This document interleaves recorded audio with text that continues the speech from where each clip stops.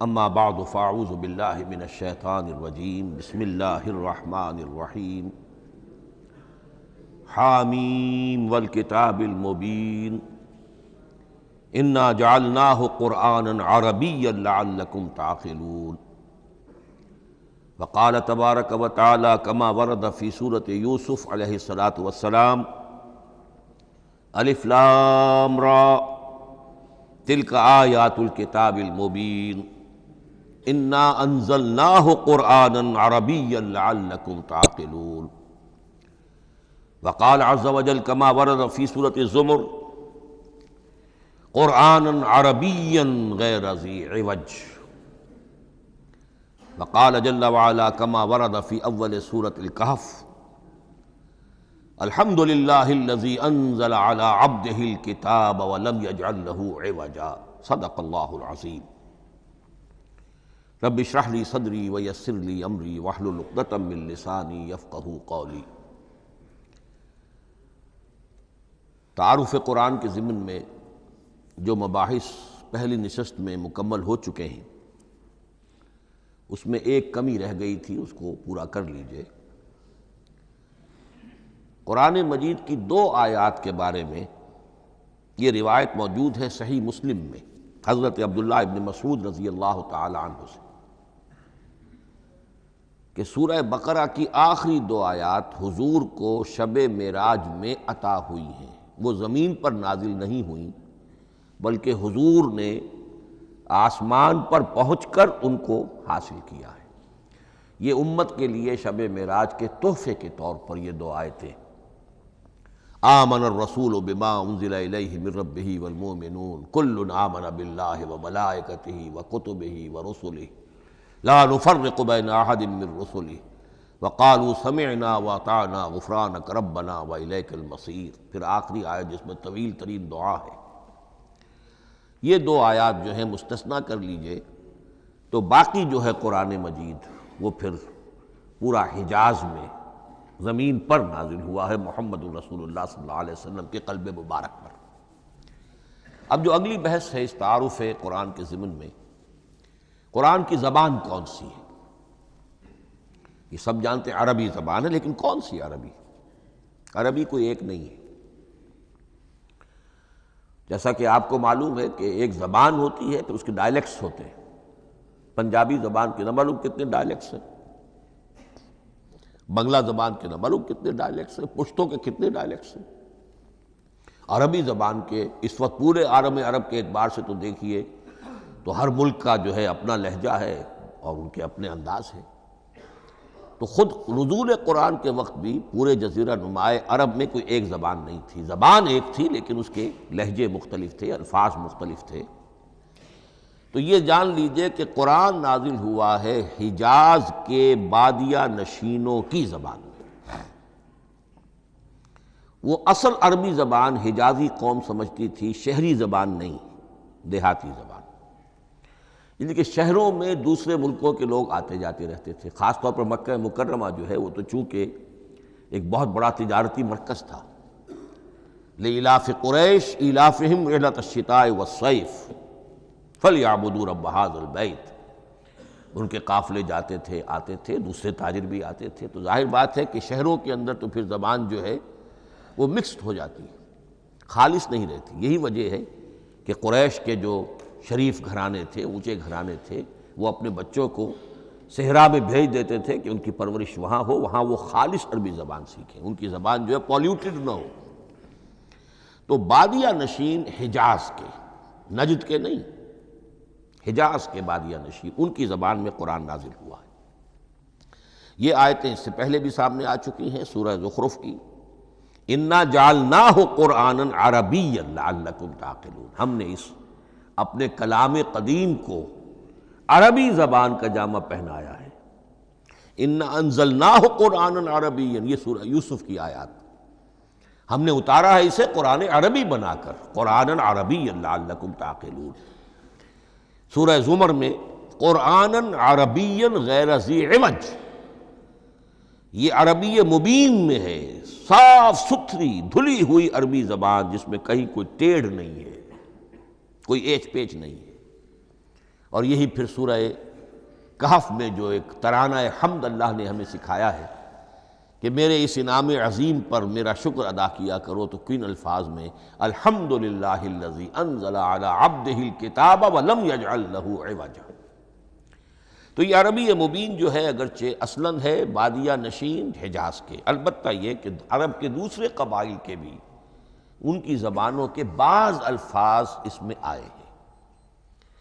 اس سے آگے بڑھ کر یہ کہ بعض معرب الفاظ بھی ہیں، ہندی زبان کا کوئی لفظ اس نے عربی کا جامہ پہن لیا، فارسی زبان کا کوئی لفظ اس نے عربی کا جامہ وہ بھی قرآن میں بعض ہیں، استثناءات ہیں یہ۔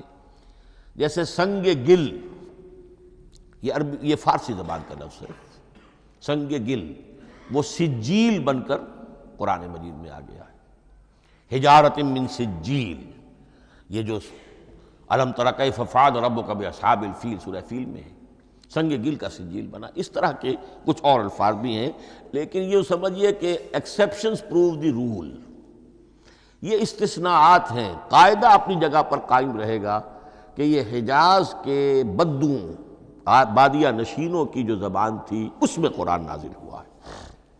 اس قرآن کے بارے میں، اس کی زبان کے بارے میں جو چند پہلو سامنے رہنے چاہیے، فصاحت اور بلاغت کی معراج، یہ میں بعد میں قرآن کے وجوہ اعجاز پر جب بحث کروں گا کہ یہ کس کس اعتبار سے معجزہ ہے، تو وہاں زیادہ تفصیل سے یہ بات آئے گی کہ عربی زبان کی فصاحت اور بلاغت کی معراج ہے۔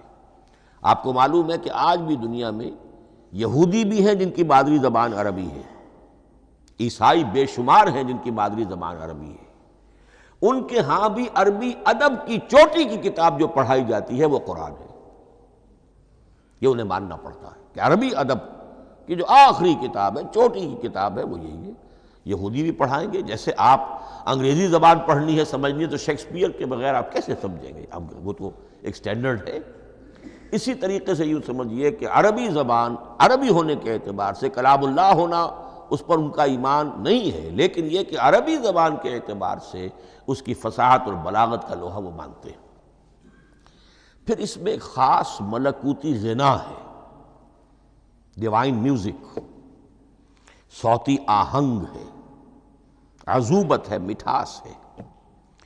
لاہور میں ایک صاحب ہیں جو پروفیسر ہیں فونیٹکس کے پنجاب یونیورسٹی میں، وہ کہتے ہیں میں ثابت کر سکتا ہوں کہ جتنے بھی آج دنیا میں اصول ہیں صوتی، یہ خود اپنی جگہ ایک بہت بڑی سائنس ہے، اس کے اعتبار سے میں ثابت کر سکتا ہوں کہ بلند ترین موسیقی قرآن مجید میں ہے، ملکوتی غنا۔ اسی لیے قرآن مجید کو اچھی سے اچھی آواز میں پڑھنے کی تاکید آئی ہے۔ زینوا القرآن باصواتکم، قرآن کو اپنی آوازوں سے مزین کرو۔ اسی طریقے سے من لم یتغن بالقرآن فلیس منا، جو قرآن مجید کو اچھی سے اچھے طریقے پر پڑھنے کی کوشش نہیں کرتا وہ ہم میں سے نہیں ہے۔ اسی طرح کے واقعات بھی ہوئے ہیں۔ حضرت ابو موسیٰ اشعری رضی اللہ تعالی عنہ، وہ بہت خوش الحان تھے، تو ایک روز حضور سفر رات کے وقت کہیں گشت پر تھے، جا رہے تھے ان کے مکان کے قریب سے، تو وہ اس وقت رات کی نماز میں قرآن پڑھ رہے تھے، تو حضور وہاں کافی دیر تک کھڑے ہو کر سنتے رہے۔ ظاہر بات ہے کہ اس وقت کے مکان کیا ہوتے تھے، ایک ایک حجرہ ہوتا تھا، یہ کوئی کئی کنال کی کوٹھیاں تو نہیں ہوتی تھی کہ کیا پتہ چلے ان کے اندر کیا ہو رہا ہے۔ وہ تو حضرت ابو بکر کے مکان کے پاس سے گزرتے تھے تو ان کی تلاوت سنتے تھے، حضرت عمر کے مکان کے قریب سے گزرے ان کی تلاوت سنی۔ حضرت عمر بلند آواز میں پڑھتے تھے، حضرت ابو بکر بڑی پست آواز میں پڑھتے تھے۔ حضور نے پوچھا کہ تم ایسا کیوں کرتے ہو؟ حضرت عمر نے کہا میں اس لیے کرتا ہوں، زور سے پڑھتا ہوں کہ شیطان بھاگ جائے۔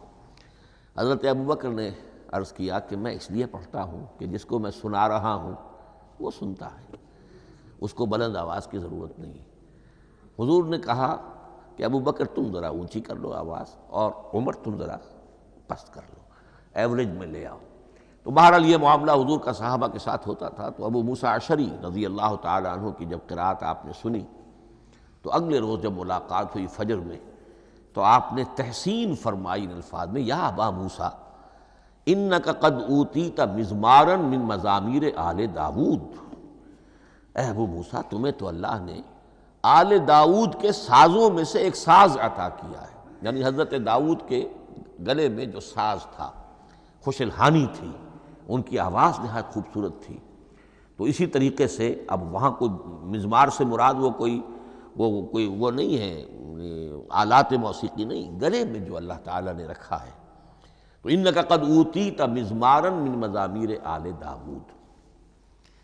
ایک آخری بات یہ نوٹ کیجئے کہ قرآن مجید کا عظیم ترین احسان ہے عربی زبان پر۔ یہ یوں سمجھیے کہ ایک ستون کی طرح اس زبان کو ٹھہرا دیا ہے، اس کو سٹیبل کیا ہے قرآن مجید۔ آج بھی پوری دنیا میں جسے عرب کہتے ہیں فصیح زبان، لغہ فصحی، وہ ایک ہے، وہ قرآن ہی کی ہے۔ زبانیں بدلتی رہتی ہیں۔ اردو 300 سال پہلے کی دکن میں جب شروع ہوئی، وہ آج آپ پڑھ بھی نہیں سکیں گے وہ کیا اردو تھی ولی دکنی کی۔ پھر وہ کیا اس نے روپ بدلے ہیں، اب وہ اردو کس شکل میں ہے، فارسی کن کن شکلوں میں رہی ہے، مختلف، انگریزی کتنی شکلیں بدل گئی ہیں، لیکن عربی قائم ہے۔ اس کے لیے جیسے کہ قرآن مجید میں آتا ہے کہ ہم نے پہاڑ زمین میں گاڑ دیے اس کو سٹیبلائز کرنے کے لیے، ان تمید بکم، تمہیں لے کر زمین ایک طرف کو جھک نہ جائے۔ تو جس طرح یہ پہاڑ جو ہیں سٹیبلائزنگ ایفیکٹ رکھتے ہیں اس زمین کے لیے، اسی طریقے سے قرآن سٹیبلائزر ہے عربی زبان کا۔ اس کے اندر جو ایک ٹھہراؤ اور جماؤ پیدا کیا ہے، یہ قرآن مجید کا احسان عظیم ہے۔ تعارف قرآن کے ضمن میں اگلی گفتگو، قرآن کے اسماء و صفات۔ عربوں کا ایک خاص ذوق تھا، اور ظاہر بات ہے کہ اللہ تعالیٰ نے جب قرآن نازل کیا ہے تو عربوں کے ذوق کو بھی مد نظر رکھا ہے۔ ان کا ذوق کیا تھا؟ جس چیز سے انہیں محبت ہوتی تھی اس کے وہ بہت سے نام رکھتے تھے۔ گھوڑے کے لیے ہزاروں لفظ مل جائیں گے آپ کو، شیر کے لیے 5000 الفاظ مل جائیں، تلوار کے لیے 5000 الفاظ مل جائیں، یعنی اس شے کی جو بھی صفت ہے اس صفت کے اعتبار سے ایک نام، کوئی اور صفت ہے اس صفت کے ایک اور نام۔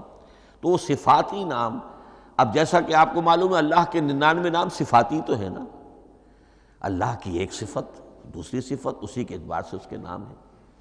قرآن مجید کے اسماء علامہ جلال الدین سیوطی رحمۃ اللہ علیہ نے 55 شمار کیے، لیکن وہ بھی مکمل نہیں ہے لسٹ، اس لیے کہ اس میں ایک اہم نام برہان یہ شامل نہیں ہے۔ ان میں سے جو اہم اسماء ہے وہ میں آپ کو سنا دیتا۔ القرآن، جس پر گفتگو بعد میں ہوگی، اس لیے کہ سب سے زیادہ ایک رائے یہ ہے کہ یہ تو اس میں جامد ہے، اس میں علم ہے قرآن کے لیے، پراپر ناؤن ہے۔ الکتاب، الذکر، الہدی، النور، الفرقان، کلام اللہ، الوحی، روحا من امرنا۔ پھر اس کی صفات کے اعتبار سے الکریم، الحکیم، العظیم، المجید، المبین، رحمہ، العلی، بصائر، بشرا، بشیر، نذیر، عزیز، قرآن عزیز، بلاغ، بیان، احسن القصص، احسن الحدیث، موعظہ، شفاء، مبارک، مہیمن، قیم، مثانیہ، متشابہ۔ یہ میں نے آپ کو 23 نام بتائے ہیں، لیکن یہ کہ علامہ جلال الدین سیوطی نے 55 گنوائے۔ لیکن جو بحث دلچسپ ہے وہ یہ ہے کہ جو اس کے لیے لفظ القرآن ہے، اس کے معنی کیا ہے اور یہ کس مصدر سے، کس مادے سے یہ لفظ بنا ہے۔ ایک رائے تو یہ ہے کہ یہ اس میں جامد ہے، یہ مشتق نہیں ہے، کسی مادے سے نکلا ہوا نہیں ہے۔ اور یہ بھی آپ نوٹ کر لیجئے، اللہ کے اسماء میں سے بھی ایک نام کو سمجھا جاتا ہے وہ مشتق نہیں ہے، اس میں جامد ہے، اس میں علم ہے، اور وہ ہے اللہ۔ باقی سارے نام صفاتی ہیں، ایک نام، اس لیے اس میں ذات کہتے ہیں، اس کو اس میں ذات۔ لیکن یہ رائے متفق علیہ نہیں ہے، یہ کچھ لوگوں کی رائے ہے۔ ایک رائے یہ بھی ہے کہ یہ بھی اس میں علم نہیں ہے، یہ بھی مشتق ہے الہ سے۔ جیسے حکیم یہ صفت ہے، الحکیم یہ اللہ کا نام ہو گیا، الہ ایک معبود، الالہ معبود برحق، الالہ وہ اللہ بن گیا، ایک رائے یہ۔ لیکن یہی اسی طریقے سے نوٹ کیجئے کہ قرآن مجید کے بارے میں بھی ایک رائے یہ ہے کہ القرآن اس کا اسم علم ہے، پراپر ناؤن ہے، یہ جامد ہے، یہ مشتق نہیں ہے، کسی اور مادے سے نکلا نہیں۔ لیکن جو اکثریت کی رائے ہے، جس پر تقریباً اجماع ہے، وہ یہ ہے کہ نہیں، یہ اس میں جامد نہیں، اس میں مشتق ہے۔ لیکن پھر دو رائے ہیں کہ مادہ کیا ہے۔ ایک قرن قاف را نون اور ایک قرا قاف را حمزہ، یہ دو مختلف مادوں کے بارے میں رائے ہے کہ قرآن ان سے نکلا ہے۔ قرن کہتے ہیں کسی چیز کا قریب ہو جانا، جڑ جانا، مل جانا۔ یہ حج کی جو تین شکلیں ہیں، حج تمتع ہے، حج قران ہے اور حج افراد ہے۔ قران کیا ہے؟ ایک ہی احرام میں عمرہ بھی اور حج بھی دونوں کو جمع کر لیا جائے تو یہ حج قران ہے۔ اسی سے قران الصعدین کا لفظ استعمال ہوتا ہے۔ قرینہ اور قرائن جو ہے اسی سے الفاظ۔ امام فرا کی رائے یہ ہے کہ قرن سے یہ قرآن بنا ہے، اس لیے کہ اس میں بھی اللہ تعالیٰ کی آیات جمع ہو گئی۔ اسی طرح قرأ قاف را اور حمزہ، اس قرات کا مصدر بھی بن جاتا ہے، جیسے رجحان، را جیم ہے، رجح سے رجحان، غفران، غفرانک ربنا، پروردگار ہم تیری مغفرت کے خواستگار ہیں۔ اسی طرح قرآن قرأ سے بنا ہے۔ مفعول جو ہے وہ مصدر کے معنی میں آ جاتا ہے، یعنی پڑھی جانے والی شے۔ اور ایک قرأ آتا ہے عربی زبان میں، قرأت الماء فی الحوض، میں نے پانی جمع کر لیا حوض کے اندر، بارش ہوئی میں نے کچھ پانی حوض میں جمع کر لیا، قرأت الماء فی الحوض۔ اسی سے قریہ کا لفظ بنا، قریہ بستی کو کہتے ہیں جہاں لوگ جمع ہو کر رہتے ہیں، قریہ۔ تو اس معنی میں یہ قرآن جو ہے یہ جمع ہے اللہ تعالیٰ کی اسماء صفات اور اللہ کی ذات جو ہے اور اس کی آیات کا جامع ہے۔ یہ ہے لفظ قرآن کی بحث۔ اگلی بحث اور بڑی اہم ہے اور دلچسپ ہے، قرآن کا اسلوب کلام کس کیٹیگری میں فال کرتا ہے؟ قرآن کیا ہے؟ ایک شے کی تو سختی سے نفی کی اللہ نے، یہ شعر نہیں ہے، وَمَا عَلَّمْنَاهُ الشِّعْرَ وَمَا يَنبَغِي لَهُ، سورہ یاسین۔ ہم نے شعر تو انہیں سکھایا ہی نہیں، محمد الرسول اللہ کو صلی اللہ علیہ وسلم، اور وہ شعر ان کے شایان شان بھی نہیں۔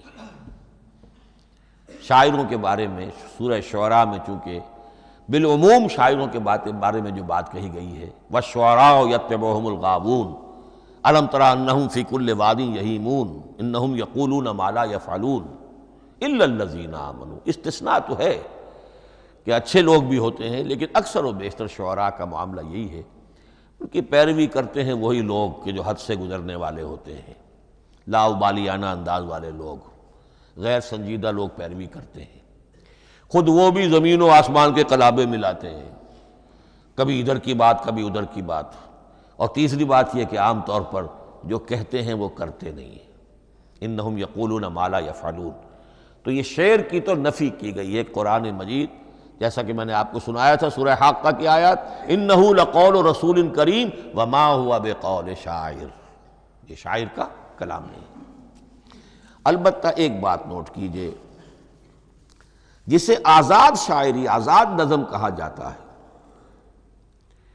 وہ میرا گمان یہ ہے، میں نے چونکہ ان چیزوں کا کوئی تحقیقی مطالعہ نہیں کیا ہے، کہ شاید وہ ہے ہی قرآن سے ماخوذ آزاد شاعری۔ اس میں وزن نہیں ہوتا، ردم ہوتا ہے۔ آزاد شاعری کے اندر ایک ردم ہوتا ہے، وزن نہیں ہے، ایک مصرع اتنا سا، ایک بڑا لمبا چوڑا، لیکن ردم رہے گا۔ یہ جو آزاد شاعری، بلینک ورس جس کو آپ کہتے ہیں، میرا گمان یہ ہے کہ شاید دنیا میں اس کا رواج قرآن کے بعد ہی ہوا ہو، اور قرآن مجید ہی کی نقالی میں یہ صنف جو ہے ادب کی وہ ایجاد کی گئی ہو۔ واللہ عالم، میں یہ بات دعوے سے نہیں کہہ سکتا، گمان ہے میرا۔ البتہ یہ کہ اب اس سے آگے چلیے، شعر نہیں ہے، نثر ہے، لیکن نثر کے اعتبار سے بھی کون سی کیٹیگری میں آئے گی؟ کیا یہ کتاب عام معنی میں جسے ہم کتاب کہتے ہیں وہ کتاب ہے؟ ایک تو وہ بات تھی نا جو اقبال کے حوالے سے میں نے آپ سے کہی، کتابیں نیست چیزیں دیگر است، اس وقت وہ بات نہیں میں کہہ رہا۔ عام کتابوں سے اس کا فرق کیا ہے؟ ایک کتاب ہوتی ہے، اس میں ہر چیپٹر میں ایک بحث مکمل ہو جاتی ہے، اگلے چیپٹر میں پھر لوٹا کر آپ پہلے چیپٹر کی کوئی بات نہیں کریں گے، پھر وہ بات آگے چلے گی، ابواب ہوں گے، ابواب میں مضمون کے مطابق مضمون آگے بڑھتا چلا جائے گا۔ کتاب کا یہ لازمی وصف ہے۔ قرآن مجید عثمانی میں کتاب نہیں ہے، اس میں قصہ آدم و ابلیس 7 جگہ آ رہا ہے، بار بار آ رہا ہے، سورہ بقرہ میں، سورہ اعراف میں، سورہ حجر میں، سورہ بنی اسرائیل میں، سورہ کہف میں، پھر سورہ طٰہٰ میں، چلتے جائیے، سورہ صاد میں حضرت موسیٰ علیہ السلام کا قصہ کتنی مرتبہ آ رہا ہے۔ تو قرآن مجید اس کتاب کی کیٹیگری، اس کی ڈیفینیشن پر پورا نہیں اترتا۔ دنیا میں جو کتاب کا معیار ہے، عام اس کا جو اسلوب ہے، اس کی جو ڈیفینیشن ہے، ایک شکل ہوتی ہے مجموعہ مقالات، وہ بھی نہیں ہے، اس میں ہر مقالہ اپنی جگہ پر ایک مکمل شے ہوتی ہے، لیکن یہ کہ وہ دوسرے مقالات سے تو مختلف ہوگی، یہ مجموعہ مقالات بھی نہیں۔ اس کا اسلوب جو ہے وہ خطبے کا ہے، اوریشن، اور یہ کہا جا سکتا ہے it's a collection of divine orations, یہ اللہ تعالیٰ کے خطبات کا مجموعہ ہے۔ مختلف اوقات میں خطبے نازل ہوتے تھے حضور پر صلی اللہ علیہ وسلم، اور یہ بھی جان لیجئے کہ عرب میں ادب کی 2 ہی صنفیں تھیں جو معروف تھیں، یا شعر یا خطبہ، یا خطیب ہوتے تھے بڑے شعرا بیان خطیب، اور یا شاعر ہوتے تھے۔ تو یہ جب شعر کے اسلوب پر نہیں تھا تو خطابت کا اسلوب ہے جو اللہ نے اختیار فرمایا، اور ہر موقع پر، ہر مرحلے پر جو خطبہ اس وقت کے حالات کی مناسبت سے نازل ہوا وہ ایک صورت ہے۔ تو یہ ہے کلیکشن آف ڈیوائن اوریشنز، یہ اللہ تعالیٰ کے مجموعہ خطبات الہیہ اسے کہا جا سکتا ہے، لیکن اس سے جو چند نتیجے نکلتے ہیں وہ نوٹ کرنے ضروری ہیں۔ خطبے میں مخاطب اور مخاطب کے مابین ایک ریپور ضروری ہے۔ اگر کوئی مصنف بیٹا کتاب لکھ رہا ہے، اس کے سامنے کوئی سامع نہیں ہوتے، وہ تو اپنی مگن میں جو بھی خیال ہے اپنے دل میں وہ لکھ رہا ہے۔ خطبے میں سامع سامنے ہوتے، اگر ان کے درمیان رپورٹ نہ رہے، ہم آہنگی نہ رہے، تو پھر وہ خطبہ غیر مؤثر ہو جائے گا، لوگ جو ہیں ان کو اونگ آنے لگے گی، وہ متوجہ ہی نہیں رہیں گے۔ تو ایک رپورٹ مخاطب اور مخاطب ان کے درمیان۔ دوسرے یہ کہ خطبہ کا ایک وصف لازمی یہ ہوتا ہے کہ ایک واقعاتی پس منظر ہوتا ہے پیچھے موجود۔ اب کوئی شخص ہے سیاسی تقریر کر رہا ہے، ایک خاص پس منظر موجود ہے، اس میں وہ ان چیزوں کی طرف حوالے دیتا چلا جائے گا، صرف کوئی تفصیلات بیان نہیں کرے گا، اس لیے کہ وہ لوگوں کو معلوم ہے آج کے دور کا ایک واقعہ ہے، لوگوں کے علم میں ہے، لیکن کتاب میں آپ لکھیں گے تو پھر وہ پورا واقعہ بھی بیان کرنا پڑے گا آپ کو کہ یہ کب ہوا، کیسے ہوا، جس کا میں حوالہ دے رہا ہوں۔ لیکن خطبے کے اندر پس منظر جو ہے وہ موجود ہے، اور اس کے حوالے سے صرف جو اشارات اس کی طرف ہو جائیں گے۔ نمبر 3 یہ ہے کہ خطبے میں تحویل خطاب بہت ہوتا ہے۔ تحویل خطاب سے کیا مراد ہے؟ ابھی خطیب آپ سے بات کر رہا ہے، آپ سے مخاطب ہے، اور کسی وقت وہ فلاں کو جو یہاں موجود بھی نہیں ہے، وہ نواز شریف صاحب کو خطاب کرنا شروع کر دے گا۔ بھائی نواز شریف تو یہاں نہیں ہے، لیکن خطاب انداز وہ تو تقریر مقرر ہے، سیاسی تقریر کر رہا ہے، نواز شریف کو چیلنج کر رہا ہے، نواز شریف یہ کر دو گے تو ہم یہ کر دیں گے، اور نواز شریف یہ تم غلط کر رہے ہو، یا بے نظیر تمہارا یہ معاملہ۔ ہاں بے نظیر تو وہاں موجود نہیں، صدر ایوب صاحب کو جو بھی گالیاں دی جاتی تھی تقریروں کے اندر، وہ خود تو وہاں موجود نہیں ہوتے تھے۔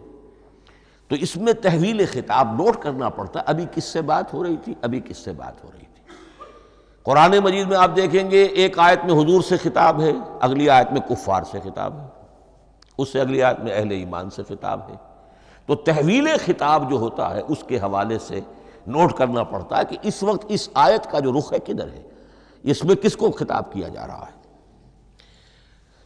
چوتھی بات یہ ہے کہ خطبے میں صرف عقل سے اپیل نہیں کی جاتی، جذبات سے بھی اپیل ہوتی ہے۔ اسی لیے خطابی انداز کہلاتا ہے، خطابی انداز میں لوگوں کے جذبات سے بھی اپیل کی جاتی ہے۔ جبکہ آپ ایک مقالہ لکھ رہے ہوں گے، اس میں جذبات کی بات نہیں آئے گی، ٹھنڈی ٹھنڈی عقلی باتیں، منطقی باتیں، دلیل صغرا کبرا جوڑیے، نتیجہ نکالیے، وہ لوگوں کے سامنے رکھیے، تصنیف ہے۔ لیکن خطبے کے اندر صرف عقل نہیں، جذبات سے بھی اپیل ہوتی ہے۔ اب یہ سارے اوصاف میں جو بیان کر رہا ہوں، یہ سب قرآن مجید میں بتمام و کمال بدرجہ اتم موجود ہیں۔ اور آخری بات یہ کہ خطبے میں، اور یہ کہ یہ چیز مشترک ہے غزل میں بھی اور قصیدے میں بھی اور خطبے میں بھی، اس کا اول و آخر بہت جامع اور مؤثر ہونا چاہیے۔ اسی لیے مطلع مقطع یہ خاص طور پر ہوتے ہیں نا۔ مقطع میں آپ پڑھی ہے سکون گسترانہ بات، جس غزل کا مطلع جاندار ہے اس کو آدمی پڑھے گا، اور اگر وہ مطلع پھسپھسا ہے وہ باقی نظم پڑھے گا ہی نہیں، چاہے آگے اس کے اندر بڑا عمدہ شعر بھی ہو وہ نہیں پڑھے گا۔ مطلع ہی جو ہے بے جان ہے، پھسپھسا ہے۔ پھر مقطع آخری جو شعر ہو، تو قصیدے میں بھی یہ ہے اور خطبے میں بھی یہ ہے۔ یہی وجہ ہے کہ قرآن مجید کی صورتوں میں اکثر و بیشتر شروع کی آیات اور آخری آیات انتہائی اہم ہوتی ہیں، بہت جامع ہوتی ہیں، جن کو کہا جاتا ہے کہ یہ سور جو ہیں ان کی ابتدائی آیات، خواتین اور پہلی آیات۔ اب سورہ بقرہ کی آیات شروع کی، پھر آخری جو ابھی میں نے آپ کو سنائی، یہی آل عمران کا معاملہ ہے، کس شان کے ساتھ وہ اٹھ رہی ہے۔ یہی سورہ حج کا ہر جگہ پر آپ دیکھیں گے ابتدائی جو ہے خطیب اگر ایسی بات، ایسا انداز اختیار کرے کہ اپنے سامعین کی توجہ کو اپنی طرف مبذول کرا دے، اگر شروع کا انداز ایسا نہیں ہے تو وہ بات آگے بڑھے گی نہیں۔ آخری بات یہ کہ خطبے میں ہمیشہ یہ ہوگا کہ ایک مین سپیکر جو ہے اس کی ایک بات سامنے ہے کہ میں نے یہ بات اپنے سامعین کے ذہن میں بٹھانی ہے، لیکن دائیں بائیں کی باتیں کرے گا، کوئی قصہ بھی سنائے گا، کوئی شعر پڑھے گا، کوئی لطیفہ بھی سنائے گا۔ ہمارے ہاں کے جو بہترین خطیب جو ہوتے تھے وہ احراری حضرات جو ہے بہترین خطیب ہوتے تھے، اور آپ نے سنا مولانا عطا اللہ شاہ بخاری رحمۃ اللہ علیہ، ان کی تقریریں 6 گھنٹے تک لوگ سنتے تھے۔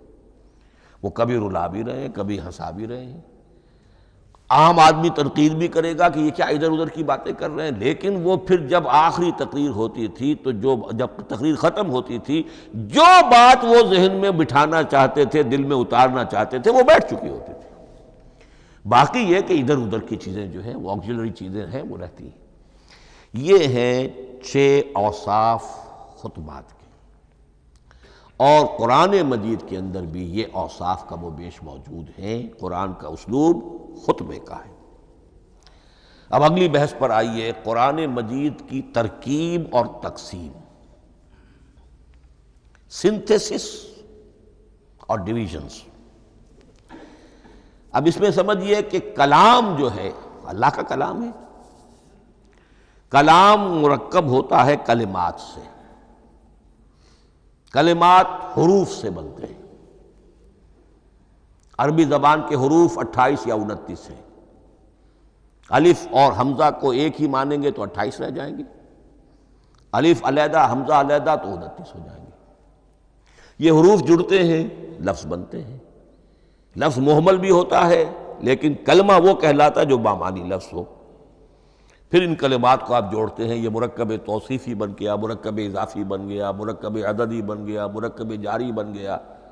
پھر ان مرکبات کو جوڑ کر فقرہ بنتا ہے، جملہ بنتا ہے، کلام مفید جس کو کہا جاتا ہے۔ قرآن مجید کے اعتبار سے علامہ سیوطی نے مخصوص جو قرآن کی اصطلاحات ہیں ان کے حوالے سے ایک بات کہی ہے، لیکن واقعہ یہ ہے کہ قرآن کی اصطلاحات خود اپنی ہیں، دنیا کی دوسری کسی بھی اصطلاحات پر ان کو قیاس نہیں کیا جا سکتا۔ لیکن جاہز چونکہ ایک ادیب تھے، انہوں نے قرآن مجید کو کہا یہ دیوان کی شکل رکھتا ہے، جیسے کہ حافظ کا دیوان، کسی اور کا دیوان۔ سورتیں جو ہیں وہ قصیدوں کی شکل میں ہیں، بیت شعر آیت ہے، قوافی جو ہوتے ہیں شعروں میں قافیہ، وہ یہاں فواصل ہیں، آیت کے آخری حروف ایک دوسرے سے مشابہ ہوتے ہیں کہ جن سے پھر وہ صوتی آہنگ پیدا ہوتا ہے۔ الرحمن علم القرآن خلق الانسان علمہ البیان۔ اب یہ ایک فواصل جو ہیں وہ جڑتے چلے جاتے ہیں، ان میں آہنگ پیدا ہوتا ہے۔ لیکن حقیقت کے اعتبار سے پہلی بات یہ نوٹ کیجئے، قرآن مجید کی اکائی ہے آیت، اسے نہ آپ جملہ کہہ سکتے ہیں نہ فقرہ کہہ سکتے ہیں۔ انگریزی میں ہمارا چونکہ بائبل کے لیے بھی جب ورس کا لفظ آ جاتا ہے تو انگریزی تراجم میں، انگریزی تحریروں میں، مقالوں میں ورس قرآن مجید کی آیت کے لیے لفظ آ جاتا ہے، ورس نمبر فلاں، بالکل غلط ہے۔ قرآن کی آیت یہ اس کا اپنی اصطلاح ہے، اپنا مفہوم ہے۔ لغوی مفہوم کیا ہے؟ نشانی، آیت نشانی۔ قرآن کی ہر آیت اللہ کے علم اور حکمت کی نشانی ہے۔ اب قرآن کی آیتیں نوٹ کیجئے، صرف حروف پر بھی مشتمل ہے، الف لام میم حروف مقطعات اور آیت بن گئی۔ وہ مرکبات ناقصہ پر بھی مشتمل ہے، والعصر مرکب جاری ہے، حرف جار، آیت ہو گئی۔ پورے جملے پر بھی مشتمل ہے، ان الانسان لفی خسر، ایک جملہ ہے، اور 10 جملوں پر بھی مشتمل ہے۔ اللہ لا الہ الا ھو الحی القیوم لا تاخذہ سنۃ ولا نوم لہ ما فی السماوات وما فی الارض الی آخر الآیہ۔ آیت الکرسی کا انالیسس کیجئے، 10 جملے موجود ہیں اس میں۔ تو نوٹ کر لیجئے، یہ چیز توقیفی کہلاتی ہے، یہ کسی گرامر کے اصول پر نہیں ہے، کسی منطق کے اصول پر نہیں ہے۔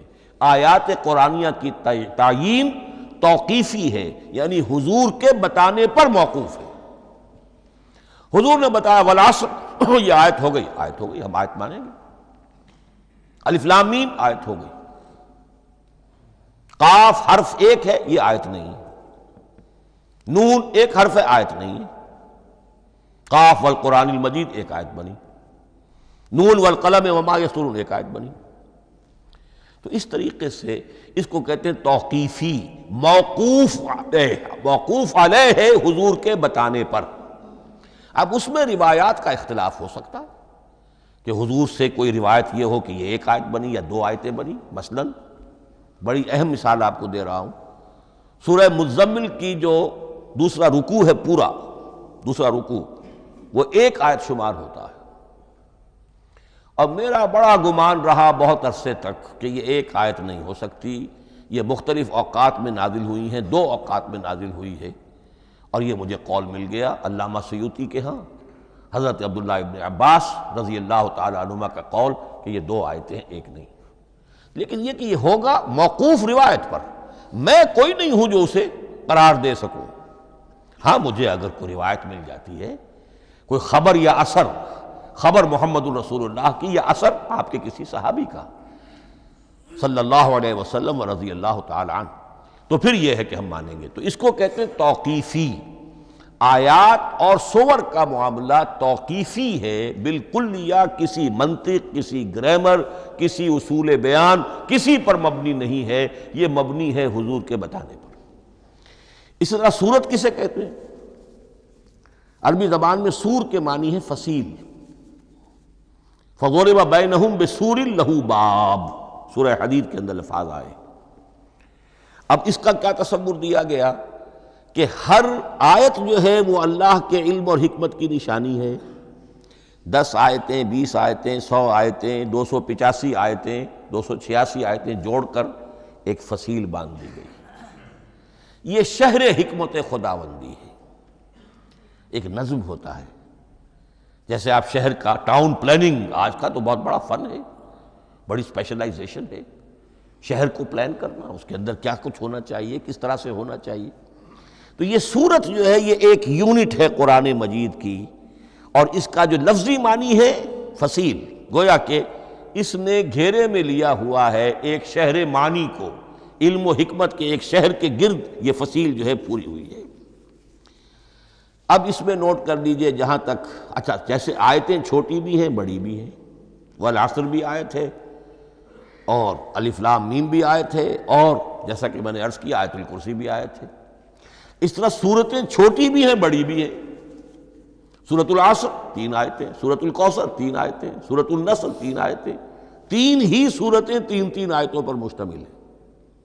3 سے کم پر کوئی نہیں، 2 آیات کی کوئی صورت نہیں ہے۔ لیکن آگے آپ چلتے جائیے، اس کی بڑی سے بڑی تعداد سورہ بقرہ جو ہے سب سے بڑی ہے۔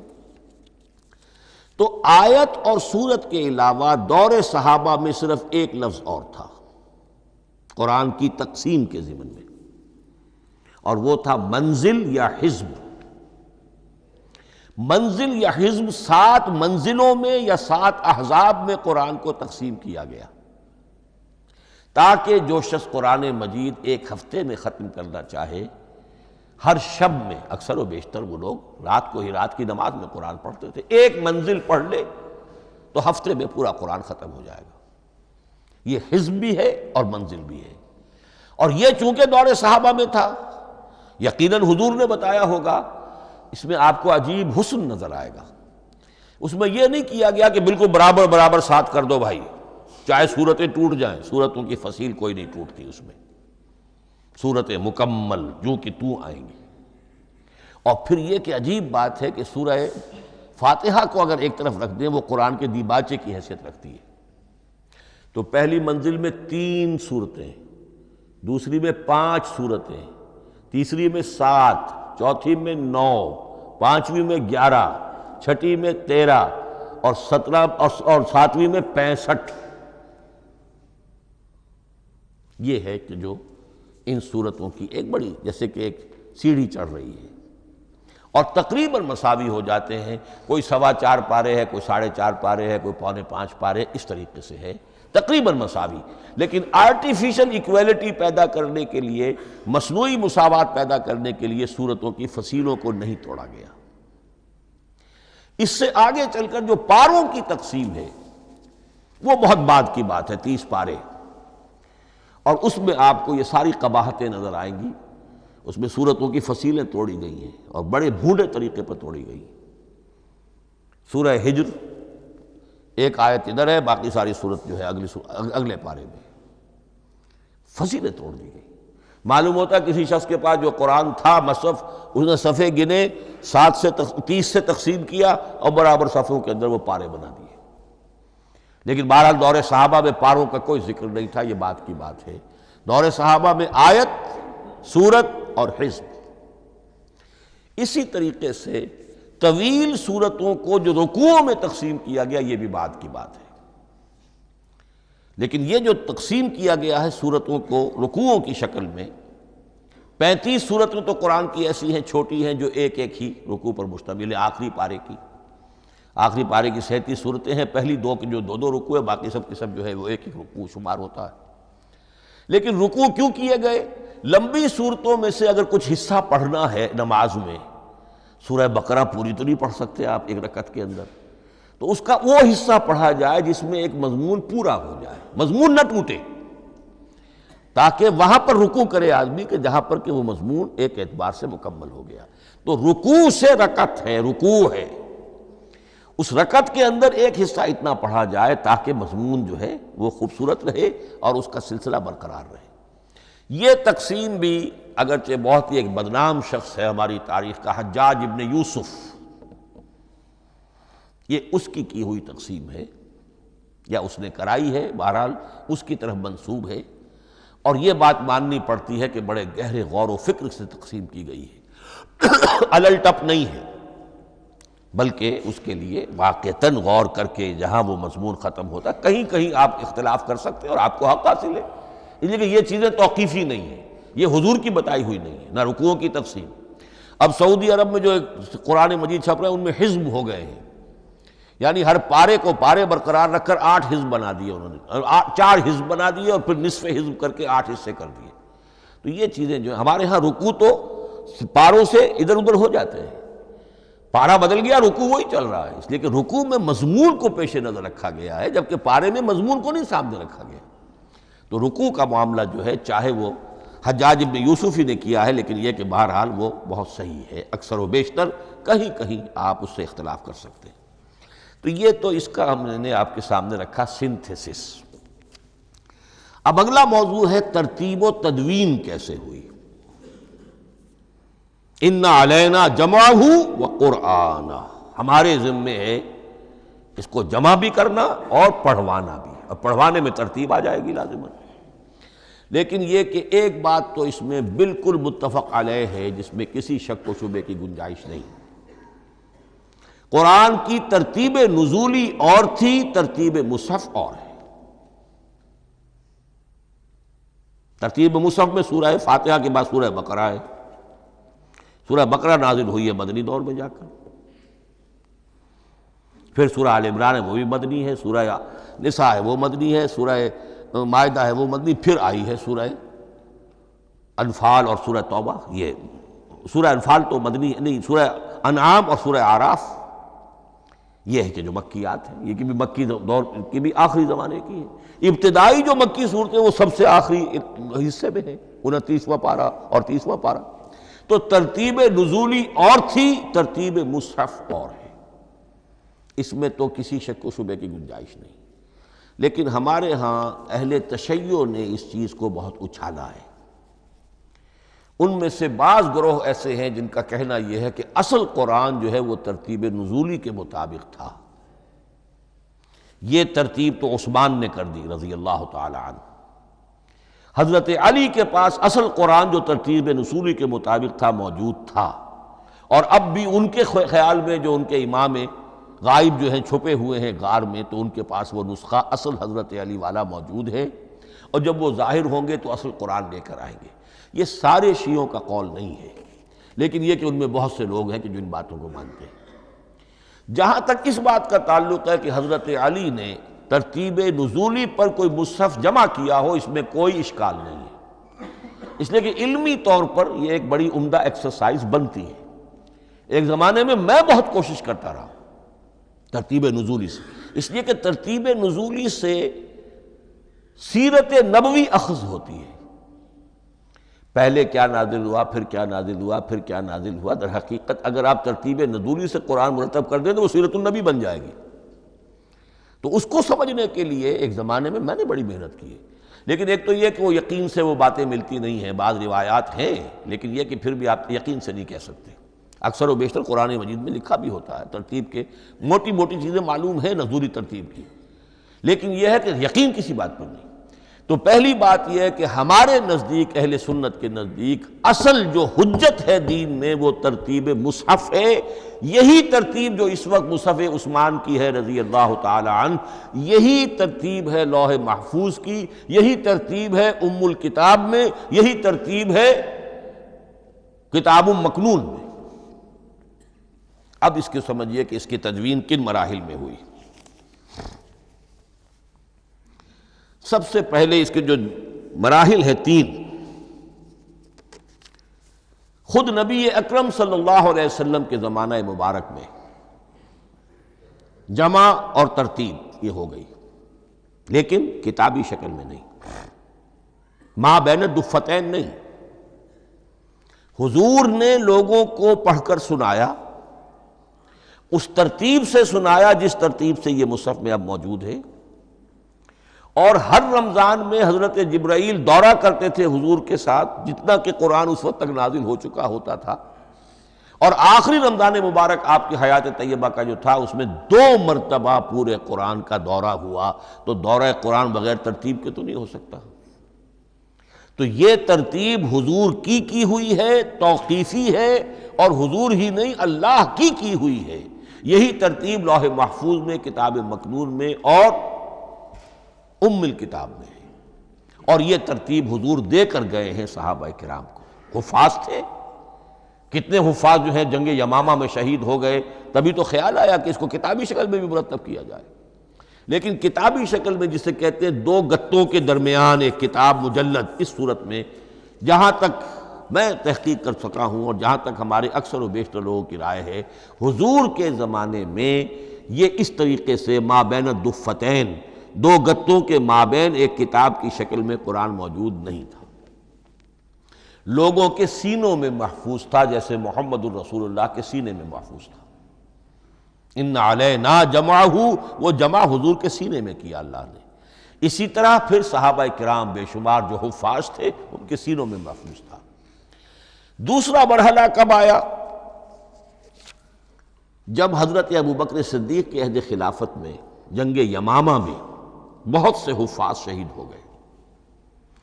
اب ایک تشویش پیدا ہوئی، ایسا نہ ہو کہ قرآن ضائع ہو جائے، لہذا اسے کتابی شکل میں مرتب کر لینا چاہیے۔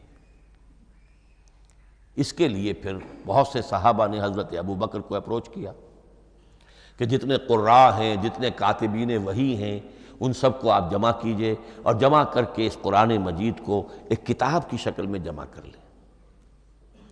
حضرت ابوبکر شروع میں بہت ریلیکٹنٹ رہے، ان کا ایک خاص مزاج تھا، اتباع رسول کا جذبہ انتہا درجے کا۔ جو کام حضور نے نہیں کیا میں کیسے کروں؟ اگر تو یہ کام واقعی کرنے کا تھا تو حضور کرتے، میں کیسے کروں؟ لیکن یہ کہ جب صورتحال بہت لوگوں کی طرف سے دباؤ پڑا کہ نہیں یہ کر لینا چاہیے، ان کے سامنے بھی حکمت آ گئی، تو پھر انہوں نے اتفاق کرتے ہوئے جتنے بھی کاتبین وحی تھے ان سب کی ایک کمیٹی بنائی اور ان کو کہا کہ اب اس قرآن کو مرتب کر کے ایک کتابی شکل دے دی جائے۔ وہ کتابی شکل حضرت ابوبکر کے دور میں ہو گئی۔ تیسرا مرحلہ کیا ہے؟ یہ کتابی شکل میں جب قرآن مجید آ گیا، اور شروع میں یہ اجازت تھی کہ ہر قبیلے، ہر علاقے کے لوگ اپنے لہجے میں پڑھ لیں۔ اب پنجابی ہمارا مسلمان جو ہے وہ چاقو کو کاچو کہے گا تو وہ لکھے ہوئے کو بھی چاقو کو کاچو پڑھ کے نکلے جائے گا۔ تو مختلف لہجوں میں ہونے سے وہ ان کا جو ہے قرآن مجید بدل رہا تھا، کوئی کسی طرح پڑھ رہا ہے، کوئی کسی طرح پڑھ رہا ہے۔ اب اس کی تشویش ہوئی حضرت عثمان کے زمانے میں، جب دور بہت پھیل گیا، اسلام کا دائرہ، دارالاسلام کی وسعت بہت ہو گئی کہ اس طرح اگر یہ لوگ پڑھیں گے اور اپنے اپنے لہجے کی وجہ سے اب اس لہجے میں شکل بدل بھی جاتی ہے لفظ کی۔ کاچو کو کاف الف چے واو لکھنا شروع کر دیں گے پھر کہ کاچو سنا ہم نے، تو چاقو تو سنا ہی نہیں۔ تو ایک لکشو ہے چاقو لکھ رہا ہے اور ایک کاچو لکھ رہا ہے، تو چاقو اور کاچو میں فرق ہو گیا۔ لہذا اس وقت پھر جو کام کیا گیا وہ یہ کہ ایک ہی رسم تحریر، رسم کتابت، رسم الخط میں قرآن مجید کے نسخے تیار کیے گئے۔ اصل میں ایک بہت بڑا مغالطہ ہو جاتا ہے ہمارے جمعوں کے خطبوں میں، حضرت عثمان رضی اللہ تعالیٰ عنہ کے نام نامی کے ساتھ وہ قوافی جو ہیں ان کی ملازمت سے جامع آیات القرآن عثمان ابن عفان رضی اللہ تعالیٰ عنہ، غالب علی کل غالب علی ابن ابی طالب رضی اللہ تعالیٰ۔ اب یہ جو جوڑتے ہیں قافیے، تو حضرت عثمان کے نام کے ساتھ یہ قافیہ جوڑ دیا، اس سے لوگوں کو مغالطہ بھی ہوا اور دشمنوں نے ایکسپلائٹ کیا کہ اس کا مطلب یہ ہے کہ قرآن تو جمع ہوا ہے حضرت عثمان کے زمانے میں، اور حضرت عثمان کے زمانے میں اور حضور کے زمانے میں کم و بیش 15 سال کا فصل تو ہو چکا، گویا کہ قرآن مرتب ہی ہوا ہے حضور کے انتقال کے 15 برس بعد۔ پھر حضرت عثمان کی شخصیت کو خاص طور پر جو سبائی فتنہ اٹھا تھا اس نے ایک ڈسپیوٹڈ پرسنالٹی بنا کے رکھ دیا ہے، نہیں معاذ اللہ، کوئی شک نہیں، لیکن یہ کہ ایک فتنہ اٹھا، فتنۃ الکبریٰ، اور حضرت عثمان رضی اللہ تعالیٰ عنہ کو انہوں نے بدنام کیا، لہذا اس کے نام سے اور بٹا لگ گیا، یہ مصحف عثمان ہے۔ یہ ہے اصل میں وہ حماقتیں کہ جو ہوئی ہیں ہم سے، یہ قافیے ملانے کی وجہ سے، حالانکہ حضرت عثمان کی شان جو ہے وہ در حقیقت جامع آیات القرآن نہیں ہے، جامع الامت علی رسم واحد، پوری امت کو ایک رسم الخط پر جمع کرنے والی شخصیت حضرت عثمان کی ہے۔ مثلا اب دیکھیے مالک یوم الدین کس طرح لکھیں گے؟ میم لام اور کاف، میم الف اور لام اور کاف لکھیں گے آپ، یہ غلط ہو جائے گا، میم پر کھڑا زبر ہوگا اور اس کو مالک پڑھیں گے، میم پر اگر کھڑا زبر نہیں ہے پڑا زبر ہے تو ملک پڑھیں گے، اور قراتوں میں یہ دونوں موجود ہے، ملک یوم الدین بھی ہے اور مالک یوم الدین بھی ہے۔ اگر آپ نے میم الف لکھ دیا ایک قرات نکل گئی، اب وہ اس میں آ ہی نہیں سکتی، وہ تو مالک ہی پڑھا جائے گا۔ یہ زیر زبر بھی جو لگے ہیں قرآن مجید میں، یہ بھی حجاج ابن یوسف کے زمانے میں لگے، اس سے پہلے نہیں تھے۔ اور یہ رموز و اوقاف، یہ آیتوں کے نشان اور یہ وقفہ بیچ میں، یہ بھی حجاج ابن یوسف کے زمانے کی چیزیں ہیں۔ ورنہ عربوں کے لیے تو ان کی اپنی زبان تھی، انہیں ان چیزوں کی ضرورت ہی نہیں تھی۔ آپ کو معلوم ہے پرانے زمانے کے جو منشی ہوتے تھے، انشاء پرداز، وہ جب خط لکھتے تھے تو اس میں نقطے وغیرہ نہیں لگاتے تھے۔ جس کو خط لکھا جا رہا ہے وہ توہین سمجھے گا کہ شاید مجھے جاہل سمجھا کہ نقطے بھی لگا کے بھیجا جا رہا ہے خط پر، گویا کہ میں تو سمجھ ہی نہیں سکتا بغیر نقطوں کے۔ تو یہ جو ہے پرانے جو شکستہ خطوط لکھے جاتے تھے ان کا یہ انداز تھا، لہذا کوئی نقطے وغیرہ نہیں تھے، یہ بھی بعد میں لگے۔ تو ملک یوم الدین، مالک یوم الدین، اس کی رسم آئے گا میم لام کاف، کھڑا زبر ہے مالک یوم الدین اور ویسے پڑا زبر ہے ملک یوم الدین۔ یہ رسم الخط ہے جس پر کہ حضرت عثمان رضی اللہ تعالی عنہ نے پوری امت کو جمع کر دیا اور اس کے نسخے تیار کرا کے، مختلف روایات میں آتا ہے 5 یا 7 نسخے تھے، ایک مدینہ منورہ میں رکھا اپنے پاس، اور اسی پر ان کے خون کے دھبے بھی ہیں، اور وہ نسخہ قرآن مجید کا اب استنبول کے اندر ہے، توپ کاپی کا جو عجائب خانہ ہے، عجائب گھر ہے، جس میں جہاں نوادرات کے ساتھ ساتھ حضور کے بھی کچھ تبرکات اور جمع ہیں، وہاں وہ نسخہ موجود ہے۔ اس میں انگلی جو کٹی تھی حضرت نائلہ جو ان کی اہلیہ تھی، جب وار کیا گیا ہے حضرت عثمان پر، قرآن پڑھ رہے تھے، انہوں نے روکا اپنے ہاتھ سے تو ان کی انگلی کٹی اور اس کے خون کے قطرے جو ہیں وہ مصحف پر آئے۔ تو یہ وہ قرآن، پھر انہوں نے ایک مکہ مکرمہ میں، ایک دمشق میں، ایک کوفے میں، ایک یمن، ایک بحرین، ایک بصرہ، مختلف جگہوں پر وہ آفیشل ورشن قرآن کا صرف رسم الخط سکرپٹ کے اعتبار سے۔ لیکن اب پھر نوٹ کر لیجئے، قرآن مرتب ہو چکا، مدون ہو چکا دور نبوی میں، لیکن کتابی شکل میں نہیں، سینوں میں محفوظ۔ دور خلافت ابی بکر میں وہ کتابی شکل میں لایا گیا، اور اس کے لیے پھر بحث ہوئی کہ اب اس کا نام کیا رکھا جائے۔ اس کے لیے کئی نام تجویز ہوئے، سفر بھی، انجیل بھی، وغیرہ وغیرہ، لیکن پھر اس کو حضرت عبداللہ ابن مسعود رضی اللہ تعالی عنہ نے اہل حبشہ سے استشہاد کرتے ہوئے مصحف نام رکھا۔ مصحف، یہ مصحف بن گیا حضرت ابو بکر کے زمانے میں، لیکن مصحف کی قرأت کے جو فرق ہو رہے تھے تو وہ لکھنے کے اندر بھی فرق آنا شروع ہو گیا۔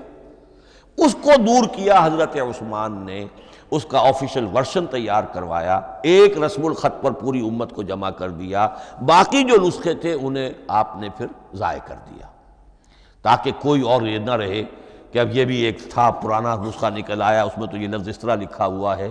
تو جامع الامت علی رسم واحد، ایک ہی رسم الخط پر پوری امت کو جمع کرنے والی شخصیت وہ حضرت عثمان کی ہے رضی اللہ تعالی عنہ۔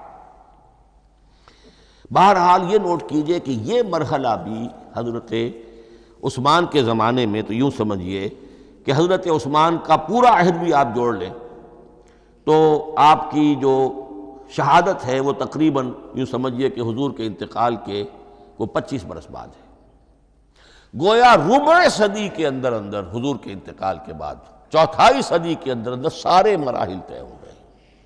یہی وجہ ہے میں نے شروع میں آپ کو بتایا تھا کہ پوری دنیا یہ مانتی ہے کہ آج جو قرآن مسلمانوں کے پاس ہے یہ ہے وہی جو محمد عربی صلی اللہ علیہ وسلم نے اپنی امت کو دیا تھا۔